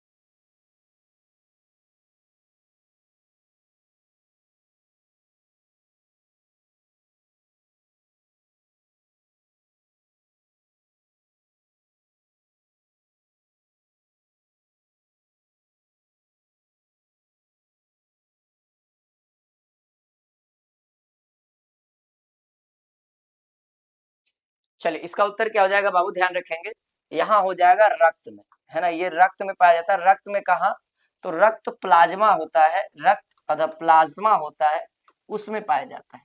अच्छा, रेशम में क्या पाया जाता है, रेशम में प्रोटीन पाया जाता है। इस प्रोटीन का मिलता जुलता नाम है, इसीलिए मैं लिख दे रहा हूँ फाइब्रोइन, है ना, क्या नाम है इसका, फाइब्रोइन इन, यही प्रोटीन रेशम में पाया जाता है। अस्थियों में बाबू कैल्शियम पाया जाता है ना। बाकी पंख में क्या पाया जाता है ना, बता सकते हैं, पंखों में क्या पाया जाता है,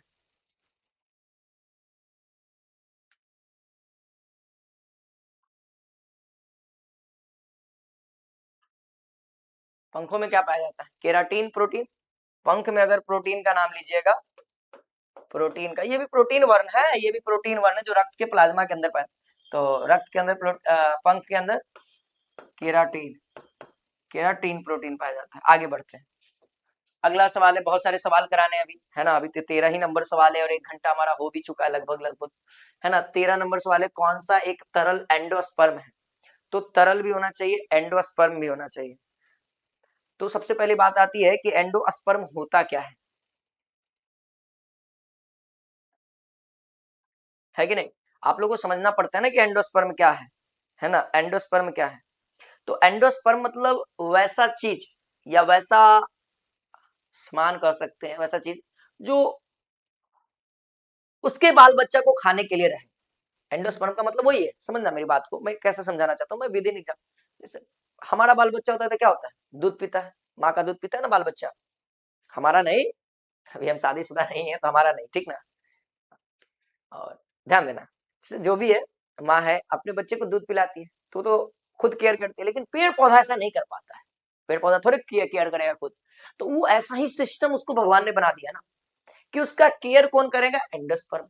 और ये किस अवस्था में है, लिक्विड अवस्था में। तो अब ऐसा बताओ कैसा कौन सा है जो लिक्विड अवस्था में पाया जाता है और वो उसके बीज को पोषण देता है? तो याद रखिएगा, नारियल।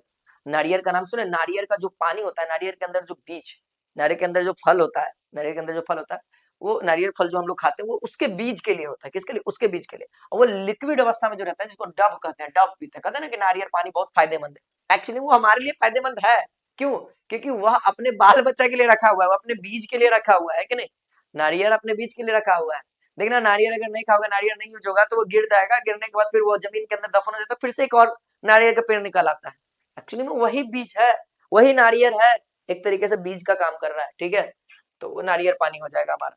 आगे बढ़ेंगे, सीने बार एक अयस्क है। सीने बार एक अयस्क है, तो सीने बार एक सल्फाइड अयस्क है, यानी कि पारा के साथ जब सल्फर मिक्स होता है तो उसको सीने बार कहते हैं, यानी यह पारा का ही एक अयस्क है, HgS। HgS ये पारा का ही एक अयस्क है, HgS। इसको सल्फाइड अयस्क के भी नाम से जानते हैं, इसको सल्फाइड अयस्क के भी नाम से जानते हैं। अच्छा, आपसे पूछा जाएगा अयस्क के बारे में, अगर इतना ही चर्चा कर रहे हैं तो सिल्वर का अयस्क क्या क्या होता है, बता सकते हैं कोई? सिल्वर का अयस्क का नाम बता सकते हो? चलो मैं लिख देता हूँ, आप लोग बताते चलना, पढ़ लोगे ना, पढ़ लेना, है ना। चलो मैं बता रहा हूँ यहाँ से, सिल्वर का कुछ कुछ अयस्क मैं लिख देता हूँ, जैसे अर्जेंटाइन, अर्जेंटाइन, अर्जेंटाई, अर्जेंटाइट। इसका सूत्र होता है Ag2S, ये भी सल्फाइड अयस्क है, Ag2S ये भी एक सल्फाइड अयस्क। उसके बाद ऑर्न सिग्नल, सॉरी ऑर्न सिल्वर, ऑर्न सिल्वर, इसको क्या पढ़ते हैं, ऑर्न सिल्वर, क्या पढ़ेंगे, सिल्वर। देखना बाबू, इतना डिटेल में हम बता दे रहे हैं, लिख लेना अगर कहीं पे, ये क्लोराइड का है ना, ये क्लोरीन के साथ रिएक्शन करता है। इसके बाद यार सिल्वे नाइट, है ना, ये एग्जाम में सवाल आया हुआ था, सिल्वे नाइट, सिल्वे नाइट, ये 2025 के एग्जाम में आया हुआ था सिल्वे नाइट। तो याद रखना ये दो लोगों का है, एक ऑरेट का, एक एजी का, है ना। तो याद रखना एजी, एयू, है ना, और इसके साथ क्या है, Te2। तो ये दो लोगों का मिक्सचर है। यहाँ एजी का भी होता है, ये सोना का भी हो जाता है, तो इसके अंदर सोना का अंश है, इसलिए सोना का भी, इसमें सोना पाया जा रहा है, सोना में भी हो गया, और एजीएन चांदी में भी हो गया। तो ये चांदी का मुख्य रूप से तो अयस्क चांदी का है, लेकिन पूछा जाता है कि किसका अयस्क है, तो सोना का भी, अगर चांदी नहीं रहेगा तो सोना भी, क्योंकि सोना पे भी है ना, सोना है। आगे बढ़ेंगे। अच्छा, यहाँ पे जिंक का, है ना, जिंक भी बड़ा इंपॉर्टेंट है। जिंक के अयस्क के नाम, तो ध्यान रखना, जिंक के अयस्क तो सबसे पहला हो जाएगा, यहाँ पे लिखते हैं, है ना। जिंक के अयस्क के नाम आप ध्यान रखेंगे, जिंक ब्लेड का नाम सुने, ये भी सल्फाइड अयस्क है, जिंक ब्लेड, जिंक ब्लेड, और इसी को क्या कहते हैं, है ना, ZnS, सल्फाइड अयस्क लिखना बहुत जरूरी है। फिर उसके बाद याद रखना कैलेमाइन, कैलेमाइन, ये जो है ना, ये जो है कैलेमाइन, कैलामाइन, कैलामाइन, कैलामाइन, इसको क्या, zinc carbonate, zinc carbonate, zinc carbonate. फिर है जिंकाइट, एक और है, तीन को लिख देते हैं, जिंकाइट, जिंकाइट बड़ा इंपॉर्टेंट है इसीलिए लिख दे रहा है ना। सूत्र होता है ये जिंक ऑक्साइड का, ये सूत्र होता है, और ये भी एक अयस्क है। सब के सब हम क्या लिखें, अयस्क का नाम लिखें, जो आपको ध्यान में रखना जरूरी है। चलिए अगला सवाल है 15 नंबर, देखिए बाबू 15 नंबर है, इसके बारे में हम डिटेल रूप से बात किए हैं अपना पीवाईक्यू के सेशन में। पीवाईक्यू का जो भी ये सेशन है ना, और ये शायद कौन सा एग्जाम में पूछा मैं बता देता हूँ ताकि आप इसके बारे में एक्सप्लेनेशन देख लेना। इसके बारे में एक्सप्लेनेशन देख लेना। यहाँ पे दो नियम काम करता है, अगर कहोगे तो बता ही देते हैं, छोड़ो काहे के लिए जाओगे कहीं और, हम ही बता देते। देखो यहाँ पे दो नियम है, आप लोग विशिष्ट उष्मा पढ़े होंगे। विशिष्ट उष्मा जिसको हम लोग गामा से डिनोट करते हैं, याद रखना C CP CB by CP, CB by CP होता है, ठीक है, सीबी बाई सीपी होता है, ठीक है, गामा बराबर।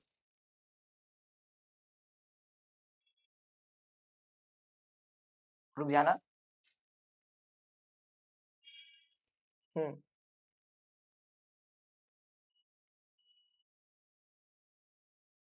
उल्टा कर दिया मैंने, सीपी भाई सीबी होता है, ठीक है, हाँ यही होता है।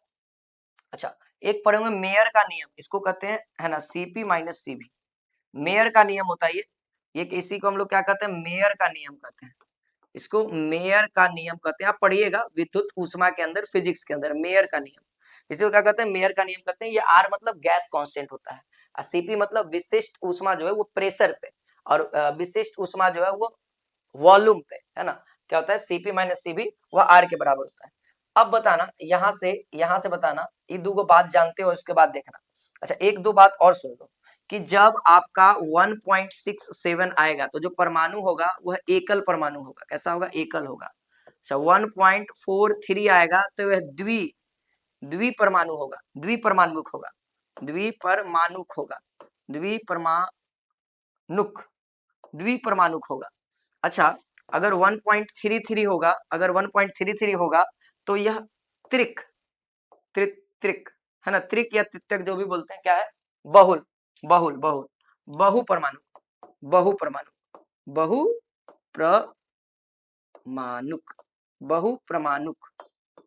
कब, ये गामा का वैल्यू, ये जो गामा है ना, ये जो गामा उसका वैल्यू अगर 1.67 आया तो एकल परमाणुक है ना, एक परमाणुक है ना, एकल परमाणुक बोलिए चाहे एक परमाणुक बोलिए, परमाणुक। अगर 1.433 आया तो द्विक परमाणु, अगर 1.33 आया तो बहु परमाणुक आएगा। अब ये गामा का वैल्यू है। अब देखिए अब हम लोग निकालना चालू करते हैं, आइए। तो हम लोग क्या जानते हैं, आर बटा में सी भी, है ना। अच्छा बताना, यही बात लिखा हुआ है ना, यही इतना बात है ना, मतलब आर के जगह पे क्या हम ये रख सकते हैं, सीपी माइनस सी भी, देखना सीपी माइनस सी भी बटा में सी भी बराबर क्या है, 0.67। कोई दिक्कत कोई आपत्ति हो तो बोल देना। अच्छा अलग अलग कर सकते हैं, देखना सीपी बटा में सीबी माइनस सीबी बटा में सीबी बराबर कितना है, 0.67। आगे बढ़ते चलते हैं, देखना ये पॉइंट कट जाएगा, कितना आ जाएगा, एक। और इसी चीज को हम लोग विशिष्ट उष्मा के अंदर गामा कहते हैं, यानी इसके जगह पे गामा कहेंगे और -1 हो जाएगा, -1। अब बराबर कितना हो जाएगा, 1.67। अच्छा ये 1 उधर जाएगा तो क्या हो जाएगा, प्लस में हो जाएगा, यानी 1.67। गामा का वैल्यू कितना आ गया देखिएगा, तो गामा का वैल्यू आ गया 1.67। और जब 1.67 हो गया तो ये कैसा होगा, एकल परमाणु, यानी एक परमाणु वाला, एक परमाणु से बना हुआ है, एक परमाणु से बना हुआ है। तो यहाँ काम क्या आया, तो विशेष उष्मा काम आया और मेयर का नियम काम आया। तो जब ये बातें याद होंगी और ये तीन गो बात, तो ये बातें याद होंगी तो बड़े आराम से आपसे सवाल बनेगा, है कि नहीं। तो ये सब बातों को अगर आप नोट करना चाहें तो नोट कर लीजिए। पीवाईक्यू का सवाल है, मोस्ट वीवीआई है, नोट तो बनता है। आगे बढ़ेंगे, आइए जरा, आइए जरा अगला सवाल देखते हैं, 16 नंबर। 16 नंबर सवाल आप लोग ध्यान दीजिए, है ना। समय की पाबंदी है, समय ज्यादा लंबा ना हो, आप सेशन के साथ बने रहे, वीडियो को शेयर करते रहिए। अभी बहुत सारे सवाल कराने हैं और हम आपके साथ एकदम मध्यम मध्यम तरीके से चलते रहेंगे। कहते हैं ना दोस्त, जो जितना तेजी से बढ़ता है ना आगे, उतना ही तेजी से धड़ाम से नीचे गिरता है। तो याद रखना, हम लोग धीरे धीरे चढ़ेंगे और धीरे धीरे उतरेंगे, है कि नहीं। तो चढ़ना उतरना तो सबको है एक ना एक दिन, है ना। जिस तरीके से, जिस चाल से तुम चढ़ते हो ना, उसी चाल से उतरते भी हो, इस बात को हमेशा याद रखना। तो अचानक से पीक पे नहीं चल जाना, धीरे धीरे चढ़ना है ना, राहत ले लेके चढ़ना है। बड़े बुजुर्ग कहते हैं कि रुक रुक के, थम थम के चला करो। जब दूर तक जाना रहता है तो रुकते नहीं कि थोड़ा सा रुक जाओ फिर चलना, रुक जाओ फिर चलना। इससे क्या होगा कि आप सही सलामत वहां पे पहुंचोगे भी, और जो काम है वो काम भी कर लोगे, है कि नहीं, एनर्जी बनी रहेगी। चलिए देखिए, सवाल कहता है कि एक सीधा तार है जिसमें आई धारा प्रवाहित होती है, यदि उसमें दूरी जो है r दूरी पर चुंबकीय क्षेत्र कितना है, इतना है। तो आप लोग पढ़े होंगे B बराबर एक सूत्र जानते हैं, म्यू नॉट इंटू I बटा में r यही फॉर्मूला है ना। जहां जहां हम लोग कह सकते हैं,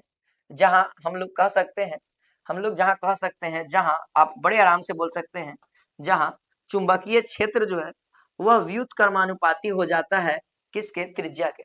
यानी बाबू आप इसको बड़ी भली भांति आप लोग समझते हैं कि अगर त्रिज्या बढ़ेगा तो ई घटेगा। अगर आप समझे इसको अगर दुगुना करते हैं, इसको क्या करते हैं, दुगुना करिएगा तो इसको क्या करिएगा, आधा करिएगा, है कि नहीं। अगर आप इसको 3 गुना करते हैं, तो आप इसको क्या करिएगा, 1/3 गुना करना पड़ेगा। अगर आप इसको आधा करते हैं, आधा गुना करते हैं तो इसको आपको 2 गुना करना पड़ेगा। जस्ट उसका उल्टा काम होगा, व्युत्कर्म जस्ट उल्टा होगा ना। तो मुझे बताना कह रहा है कि एक सीधे तार में आई धारा प्रवाहित हो रही है, तो उसमें दूरी कितना है, r दूरी कितना है, r है। तब इसका चुंबकीय कितना है, 0.4 टेस्ला है, 0.4 टेस्ला है। कहता अगर दूरी को, धारा वही रहने देना है, दूरी को हम क्या कर रहे हैं, 2r कर रहे हैं। पहले कितना था, r था, अब कितना कर दिए, 2r। तो देखा गया है कि हम दूरी को पहले से दुगना कर दिए हैं, तो जस्ट अभी हमने सिखाया है कि पहले कितना था, b था, तो आज कितना करना होगा, 1/2 करना होगा, तभी हमको नया वाला b डैश मिलेगा। तब b का वैल्यू है कितना, 0.4। और जब इसका आप 1/2 करिएगा तो कितना हो जाएगा, 0.2 टेस्ला, 0.2 टेस्ला। क्या कोई दिक्कत, तो 0.2 टेस्ला है, 0.2 टेस्ला है। देख लीजिए बाबू, एकदम मिला लीजिए बढ़िया से, एकदम पूरा फॉर्मूला लगाने की जरूरत है, कॉन्सेप्ट सीख गए, बस यही काफी है ना। तो अब से क्या कहिएगा, बहुत आराम से कह सकते हैं ना कि एक सीधे तार में आई धारा प्रवाहित होती है, तो उसमें दूरी r पर चुंबकीय क्षेत्र की तीव्रता 0.4 टेस्ला है। यदि 2r दूरी पर चुंबकीय क्षेत्र की तीव्रता होगी तो कितनी होगी, तो वो आधी हो जाएगी, क्योंकि दूरी को हमने दुगना कर दिया है तो आधा हो जाएगा।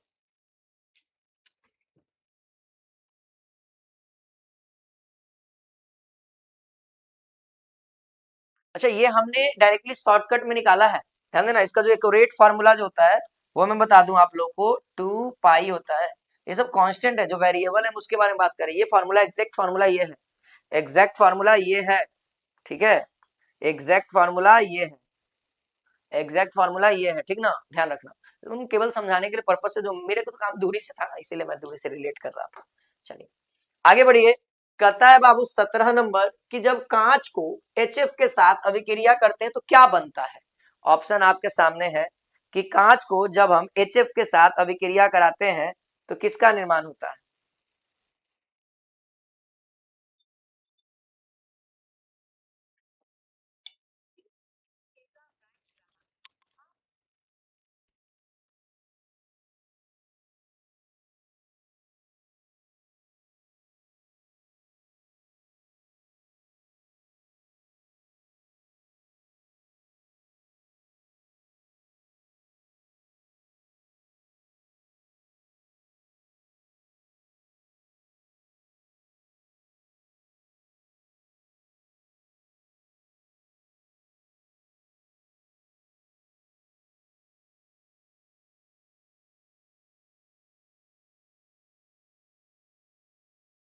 थोड़ा सा एक कॉल आ गया था, उसको देखना जरूरी था, है ना। चलिए, हाँ, मैं जो बात बता रहा था क्या था, यहाँ पे कांच के साथ किसको अभिक्रिया कराना है, तो हाइड्रोजन फ्लोराइड को ना, हाइड्रोजन फ्लोराइड को कराना है, यही ना। चलिए कोई बात नहीं, चलिए कराया जाए थोड़ा सा रिएक्शन, है कि नहीं, थोड़ा सा रिएक्शन कराया जाए।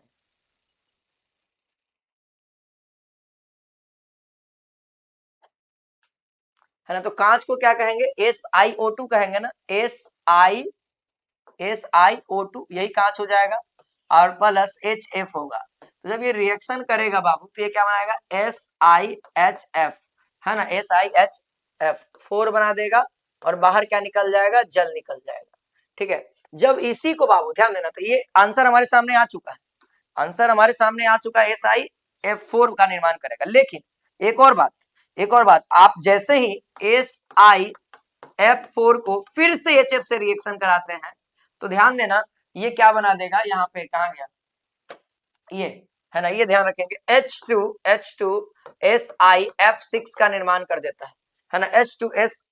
तो ऑप्शन में दोनों है, लेकिन हमको तो कांच के साथ करना है ना, तो हमने तो कांच के साथ HF कराया, तो निर्माण क्या हुआ, SiF4। तो ये करेक्ट उत्तर होगा, न कि ये वाला ऑप्शन नंबर बी वाला। तो ध्यान रखेंगे हम लोग, ये 2025 में आया हुआ था। चलिए जरा इस सवाल को देखेंगे, क्वेश्चन नंबर 18 क्या कहता है, बड़ा इंपॉर्टेंट है। कहता है संक्रमण के पश्चात, यानी जब हमारे शरीर में संक्रमण होता है तब किस वर्ग के इम्यूनोग्लोबुलिन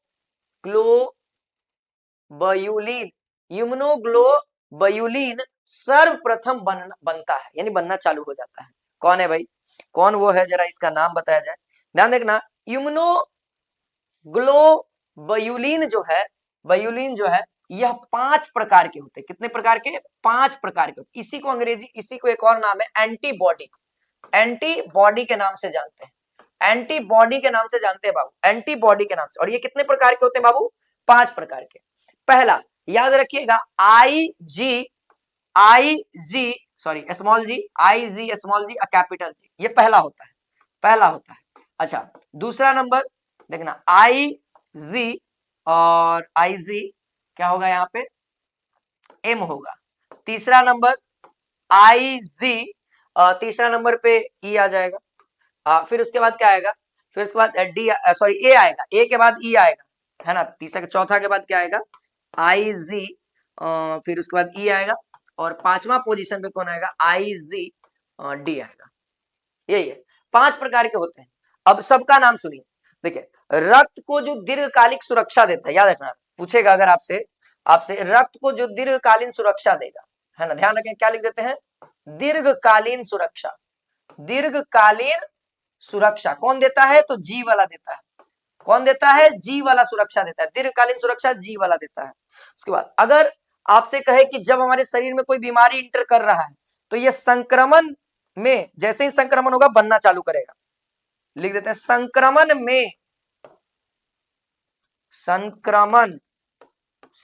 में सर्वप्रथम बनेगा।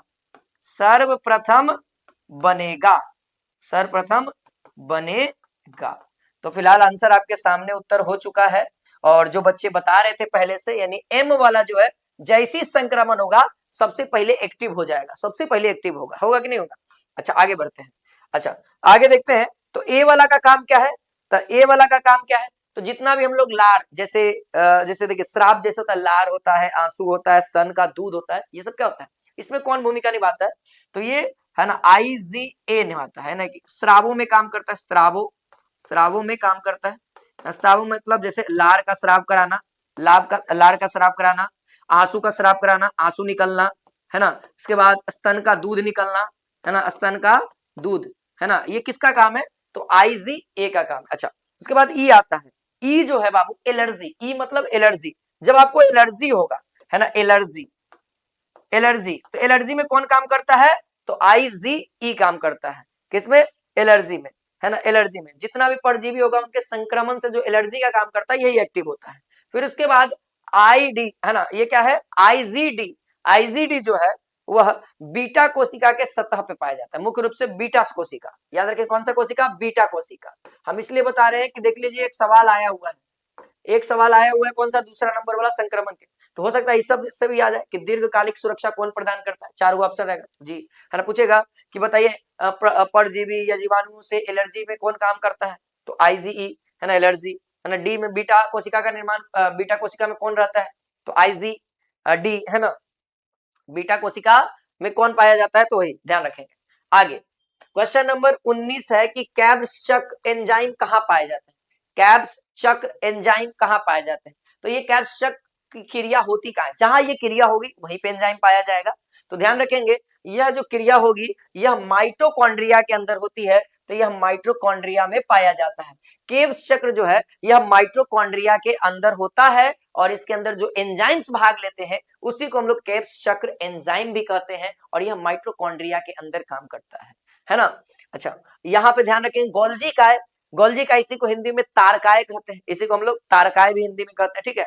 लाइसोसोम जिसको हम लोग आत्महत्या की थैली भी कहते हैं, जो है ना जिसके अंदर ये तो कोशिका का भोजन पचाने वाला चीज है ना, पाचन करने वाला चीज है ना, लेकिन जब कोशिका मर जाती है तो ये फट जाता है और ये वही आत्महत्या की थैली कहा जाता है। एक्चुअली में ये पाचन का चीज है, कोशिका के अंदर जितना भी मिनरल्स आया उसको पचाता है ना, लेकिन जब कोशिका ही डेड हो गया, कुछ आ ही नहीं रहा है, तो ये बच के क्या करेगा, फट जाता है, बीच में जितनी भी कोशिका है वो नष्ट हो जाती है, खत्म हो जाती है, पूरा गल जाती है ना, जिससे हम कोई दिक्कत नहीं होता है। आगे बढ़ेंगे। 20 नंबर सवाल है कि घरेलू मक्खी का वंश है, घरेलू मक्खी का वंश क्या होता है, इंसेक्टा, ऑर्थोपोडा, कैनिंग, है ना, मलस्का। ऑर्थोपोडा मतलब जिसका हड्डी बाहर की ओर है ना, जैसे घोंगा उंगा आ जाता है ना, सितुआ, ये सब ऑर्थोपोडा में आ जाता है। चलिए, अच्छा, घरेलू मक्खी का वंश जैसे मस्का कहते हैं उसको, मस्का, क्या कहते हैं उसको, मस्का कहते हैं। एक सवाल यहाँ से फिक्स है बाबू बायोलॉजी के अंदर, है ना, जीवों का वर्गीकरण बड़ा इंपॉर्टेंट टॉपिक है, 11th क्लास वाला पढ़ लेना। जीवों का वर्गीकरण ये 9th क्लास में भी है, लेकिन आपको कहाँ पढ़ना है, 11th क्लास का ये वाला पढ़ना है। एक सवाल फिक्स है, लगभग देखा हूं कि हर साल आ रहा है। आप देखो, ये शायद 2024, ये 24 में आया है, 24 में ये आया है, ठीक है, ये 24 में आया है, 25 में भी आया है, 25 में आया है कि बताइए कि प्रथम जीव कौन है, सर्वप्रथम जीव कौन है, तो ये जीवों का वर्गीकरण का ही टॉपिक है ना। तो 2025 में भी आया है, 2023 में भी आया था, ध्यान में नहीं आ रहा है, 2023 में भी हम बता ही सकते हैं, रुक जाओ, 2023 में आया है कि नहीं आया, तब तक आप अगला सवाल देखो, तब तक आप अगला सवाल देखो और बताओ मुझे, तब तक हम देखते हैं कि 2023 में आया है कि नहीं आया।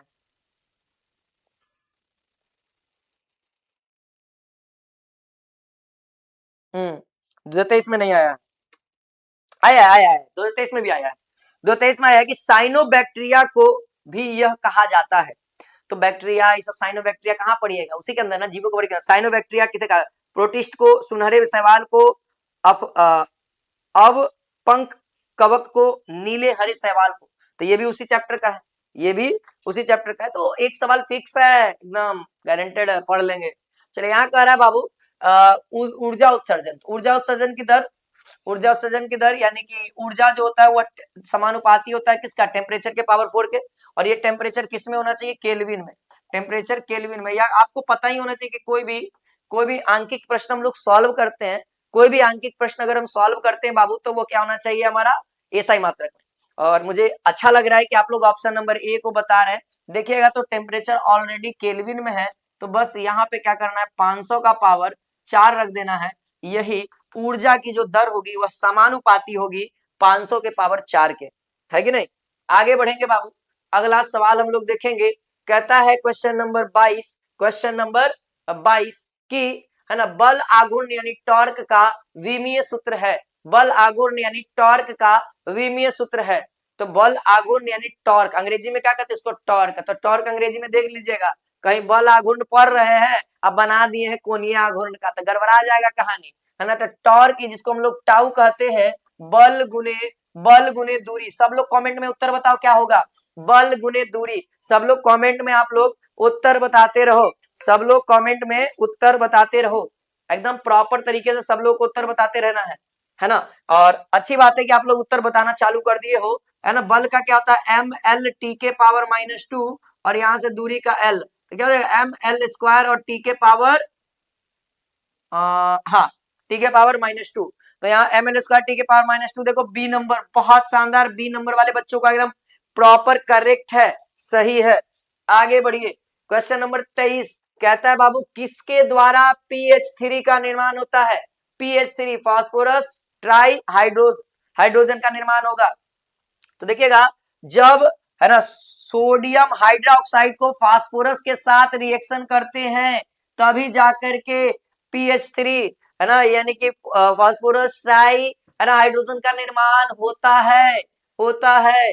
आगे बढ़ेंगे, अगला सवाल क्वेश्चन नंबर 24 बाबू, पेट में पाचन के बाद भोजन कहलाता है, पेट के अंदर जब जाता है जठर ग्रंथियां निकलती है, उसको पचाने का काम करती है, और उस जठर ग्रंथिया से लिपटा हुआ एकदम गूदेदार जो भोजन है ना, एकदम गुद्दादार एक छोटा सा पिंड बन जाता है, वस्तु बन जाता है, और उसी वस्तु का नाम है काइम, और इसी को लोग चाइल्ड भी कहते हैं, इसी को काइम या इसी को चाइम भी कहते हैं, है ना। तो यहाँ उत्तर हो जाएगा काइम, इसका उत्तर होगा, ठीक है, इसको क्या कहते हैं, काइम कहेंगे, क्या कहेंगे, काइम कहेंगे। क्लियर है बात, क्लियर है बात। अगला सवाल, एक सवाल यहीं से मेरे को थोड़ा सा दिमाग में आ रहा है, याद आता है तो जैसे ही मैं बताता हूं, तब तक आप 25 नंबर बताओ।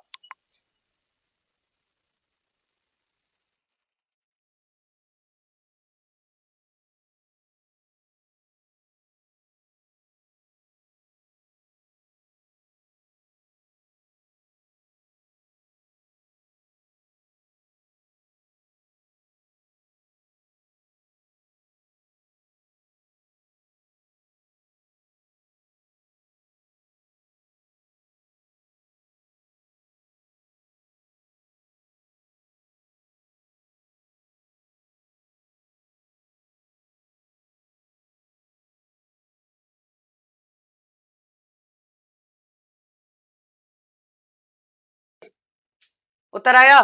देखो प्लैंक स्थिरांक की बात कर रहा है, जूल सेकेंड होता है इसका मात्रक। अच्छा, प्लैंक स्थिरांक मतलब एच, और ई बराबर होता है एच सी बाई लेमडा, है ना, जहां ऊर्जा का मात्रक क्या होता है, जूल। अच्छा, एच का तो निकालना ही है। अच्छा, सी मतलब क्या होता है, निर्वात में प्रकाश की चाल, निर्वात में प्रकाश की चाल, आखिरकार है तो चाल का ही मात्रक ना, तो मीटर प्रति सेकेंड। अच्छा, लेमडा क्या है, तरंग दैर्ध्य की दूरी, तरंग दैर्ध्य की दूरी है का आखिरकार क्या, दूरी, और दूरी का मात्रा क्या है, मीटर। ध्यान देंगे, भागा में ही पड़ जाएगा, गुना में, ध्यान देना, जूल मीटर बराबर प्लांक, यहाँ क्या है, मीटर प्रति सेकेंड, ना मीटर से मीटर खत्म, सेकंड क्या भागा में पट्टी आएगा, गुना में, यानी जूल सेकंड, ये किसका मात्रक हो जाएगा, जूल सेकंड किसका मात्रक, प्लांक का, तो जूल और गुने सेकंड किसका मात्रक होगा, प्लांक का। तो जितने बच्चे सी बता रहे हैं कमेंट में, बहुत अच्छा लग रहा है कि आप लोग सही उत्तर बताए हैं। अगला सवाल, अगला सवाल और अंतिम सवाल आज के सेशन का, बहुत ज्यादा लंबा समय ले लिया मैं आपका, लेकिन इतना तो जरूर है बाबू, बहुत अच्छे से आज डिस्कस किए हैं आपके सामने, है ना, भले ही कम विद्यार्थी जुड़े हो, लेकिन जितने भी विद्यार्थी जुड़े ना बाबू, इतना तो कहता हूं कि आपको 100% क्या, 1000% प्रॉफिट हुआ होगा आज के सेशन के अंदर। चलिए आइए, ये सवाल पूछ रहा है कि किसका अपना डीएनए होता है। ध्यान देना, ये कोशिका के अंग है और पूछ रहा है कि किसका अपना डीएनए होता है। अच्छा, एक बात याद रखिएगा बाबू, किसका अपना डीएनए होता है, तो डीएनए 3 लोगों का होता है। पहला माइटोकॉन्ड्रिया, माइटोकॉन्ड्रिया, माइटोकॉन्ड्रिया। दूसरा याद रखिएगा हरित लवक, है ना, लवक, लवक, लवक, लवक, लवक को कहते हैं। और तीसरा याद रखिएगा हरित लवक या लवक, और तीसरा याद रखिएगा केंद्रक, केंद्रक, है ना। तो ये 3 जो है अपना डीएनए रखते हैं, तो ऑप्शन के आधार पे यहाँ पे माइटोकॉन्ड्रिया हो जाए। अच्छा, राइबोसोम से रिलेटेड याद रखिएगा, राइबोसोम, राइबोसोम प्रोटीन का बना होता है, क्यों, क्योंकि यह प्रोटीन का संश्लेषण करता है, प्रोटीन का क्या करता है, संश्लेषण करता है, जहां जहां राइबोसोम होगा वहां वहां प्रोटीन का संश्लेषण होगा। जैसे आप सुने होंगे अंतःप्रदवी जालिका, अंतःप्रदवी जालिका 2 प्रकार की होती है, एक चिकनी अंतःप्रदवी जालिका, एक खुरदरी अंतःप्रदवी जालिका। तो जो खुरदरी होता है, वो खुरदरी होने का रीजन है कि राइबोसोम जो है दाने दाने दाने दाने के आकार का उस अंतःप्रदवी जालिका पे जाके बैठल रहता है, अब वो क्या हो जाता है, खुरदरी। और उसका भी काम क्या है, उसका भी काम है बाबू, उसका भी काम है प्रोटीन का संश्लेषण करना। क्यों काम है, मैंने कोशिका का एक क्लास लिया है, कोशिका के क्लास लिया, अंतिम में आप लोग को यहाँ स्क्रीन पे शो कर देगा, तो आप जाकर के उस कोशिका के क्लास को भी देख लीजिएगा, अगर आपको मजा आएगा। उसके अंदर जितना भी कोशिका से रिलेटेड सवाल है हमने सब कराए हैं, है ना, और एग्जाम में कोशिका से आएगा तो वहीं से आएगा, ठीक है, वहां से फालतू नहीं आएगा। तो आज के लिए इतना ही रखते हैं, सेशन को शेयर कर दीजिए ज्यादा से ज्यादा, कमेंट करके बताइए कि क्लास कैसा लगा, प्रॉपर तरीका से, मुझे लगता है, उम्मीद है कि अच्छा लगा होगा। फिर मिलते हैं इसी के साथ नेक्स्ट क्लास में। जय हिंद, जय भारत, वंदे मातरम।